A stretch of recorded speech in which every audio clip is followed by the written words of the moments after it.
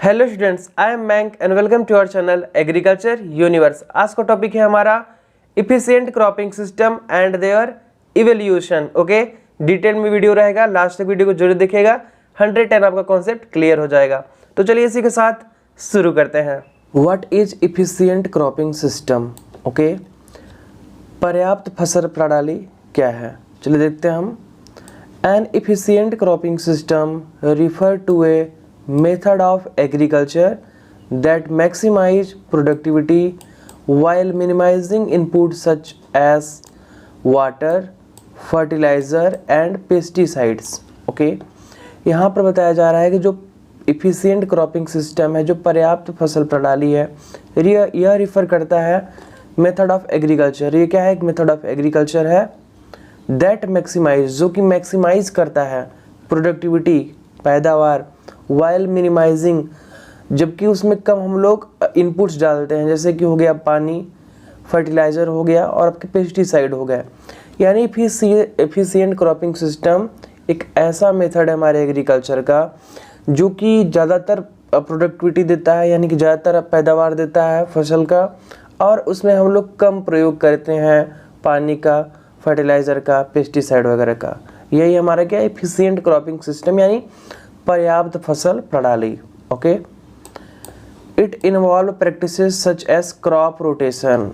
यहाँ पर कुछ इन्वॉल्व होते हैं हमके प्रैक्टिसेस, जैसे कि हो गया क्रॉप रोटेशन, फसल चक्र, इंटर क्रॉपिंग हो गया, प्रिसीजन फार्मिंग हो गया, and using appropriate crop variety for specific climate and soil.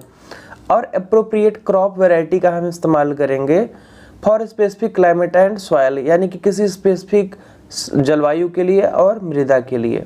तो यही है क्या हमारा एफिशिएंट क्रॉपिंग सिस्टम, एक ऐसा मेथड एग्रीकल्चर का जिसमें हम ज़्यादातर प्रोडक्टिविटी लेंगे कम इनपुट डालकर, और कुछ इसमें प्रैक्टिसेस जुड़ी होती हैं, जैसे कि क्रॉप रोटेशन हो गया, इंटर क्रॉपिंग हो गया, प्रिसीजन फार्मिंग यानी कि सटीक कृषि हो गया, and using appropriate crop variety, और इस्तेमाल करेंगे हम लोग एप्रोप्रिएट क्रॉप वैरायटी का for specific climate and soil, यानी किसी स्पेसिफिक क्लाइमेट के लिए, किसी स्पेसिफिक जलवायु के लिए हम लोग जो हमारा क्रॉप वैरायटी रहेगा वो हम लोग एप्रोप्रिएट यूज़ करेंगे।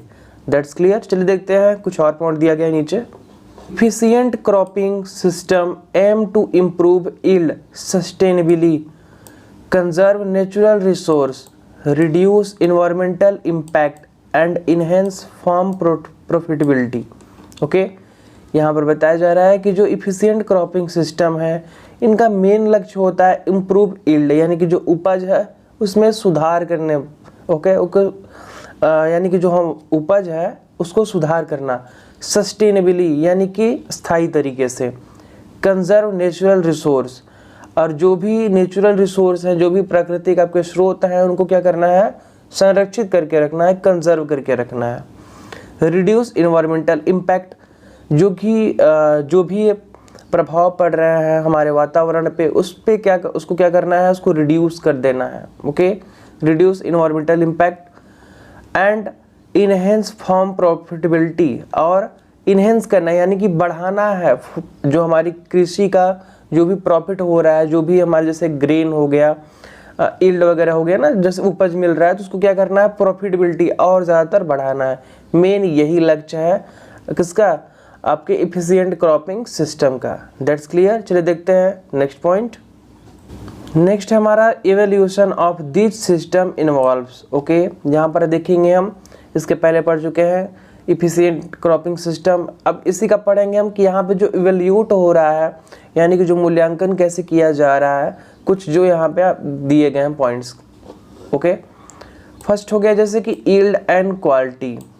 ओके, तो इसमें क्या है? Measure crop yield and assess quality parameter like size, colour, taste and nutritional content. Okay, देखिए इसके पहले तक पढ़े हैं कि नहीं, जो हम एफिशिएंट क्रॉपिंग सिस्टम करते हैं जिसमें हम लोग को मैक्सिमाइज यील्ड मिलता है, तो उसमें क्या इवोल्यूशन हो रहा है, यानी कि मूल्यांकन करें क्या अच्छा हम पा रहे हैं।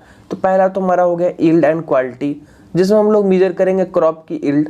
ओके, यानी कि फसल की पैदावार कितना हुआ है, उपज कितना हुआ है, एंड एसेस क्वालिटी पैरामीटर, और उसका हम लोग क्या करेंगे, क्वालिटी पैरामीटर चेक करेंगे, जैसे कि उसका साइज हो गया, कलर हो गया, टेस्ट हो गया एंड न्यूट्रिशनल कंटेंट उसमें कितना है। That's clear.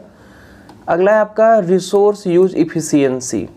ओके, यहाँ पर देखेंगे कैलकुलेट इनपुट लाइक वाटर। अब यहाँ पे कैलकुलेट करेंगे कितना हम वाटर दिए हैं उसमें, फर्टिलाइज़र दिए हैं, पेस्टिसाइड दिए हैं and energy used per unit of output, और एनर्जी कितना दिए हैं पर यूनिट ऑफ आउटपुट के हिसाब से। एग्जांपल हो गया पर हेक्टेयर और पर क्रॉप साइकिल, यानी कि पर हेक्टेयर भी देख लेंगे हम और पर क्रॉप साइकिल भी देख लेंगे कि कितना हम उसमें रिसोर्सेज दिए हैं। ओके, ये चीज़ हो गया हमारा। चलिए देखते हैं नेक्स्ट पॉइंट। नेक्स्ट पॉइंट हमारा स्टूडेंट इन्वायरमेंटल इम्पैक्ट। ओके, अब यहाँ पर देखेंगे वातावरण का क्या इम्पैक्ट पड़ रहा है, क्या प्रभाव पड़ रहा है। Evaluate soil health.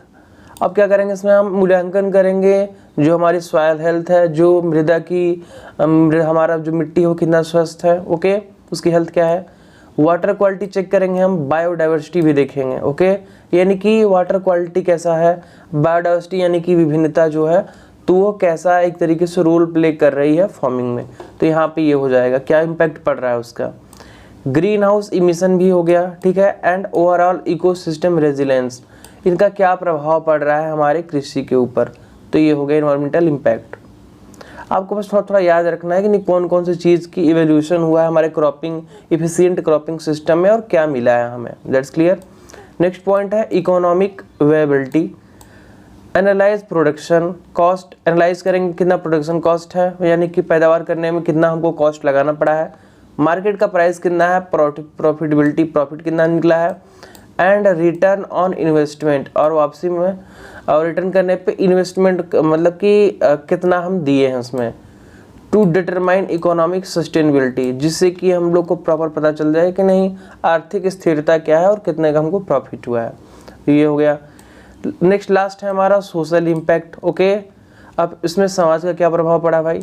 Consider factor like labour requirement, कितना हम लोग को लेबर लगे उसमें, कम्युनिटी बेनिफिट, जो पर्टिकुलर कम्युनिटी है उसको कितना बेनिफिट हुआ है, फूड सिक्योरिटी देखेंगे हम, एंड रेजिलेंस टू क्लाइमेट, और क्लाइमेट पे कितना रेजिलेंस है, क्या इम्पैक्ट पड़ रहा है उसका, change impact on local communities, और लोकल कम्युनिटीज़ के ऊपर क्या बदलाव आ रहा है, क्या उसका प्रभाव पड़ रहा है। तो ये हो गया सोशल इम्पैक्ट। देखिए थोड़ा सा ये आपको कन्फ्यूजन लगा होगा कि नहीं ये क्यों पढ़ रहे हैं हम लोग। इफिशिएंट क्रॉपिंग सिस्टम में हम लोग पढ़े थे कि नहीं कैसे कैसे प्रोडक्शन की, कैसे मैक्सिमाइज इल्ट निकल रहा है थोड़ा सा कम इनपुट लगाकर, और वहाँ पे कुछ प्रैक्टिसेस भी करते थे हम लोग, क्रॉप रोटेशन हो गया और आपके ढेर सारे थे। तो वहाँ पे जो हमारा प्रोडक्शन निकला हुआ है इसको इवेल्यूट करेंगे हम लोग ने क्या क्या चीज़ अब इसमें हम लोग को प्राप्त हुई है और इसका क्या प्रभाव पड़ रहा है। तो ये इन्वायरमेंटल इम्पैक्ट पढ़ लिया, इसमें इकोनॉमिक वेबिलिटी पढ़ लिया, सोशल इम्पैक्ट पढ़ लिया। तो ये सब जरूरी है आपके एग्जाम पॉइंट ऑफ व्यू के, नज़रिए से देखें तो बहुत ज़्यादा ज़रूरी है। ओके, तो उसको आप तैयार कर लीजिएगा। 110 आई थिंक क्वेश्चन कहीं ना कहीं से 2 नंबर में तो आ ही जाते हैं इससे। फिर मिलते हैं नेक्स्ट वीडियो में, तब तक के लिए बाय बाय, टेक केयर।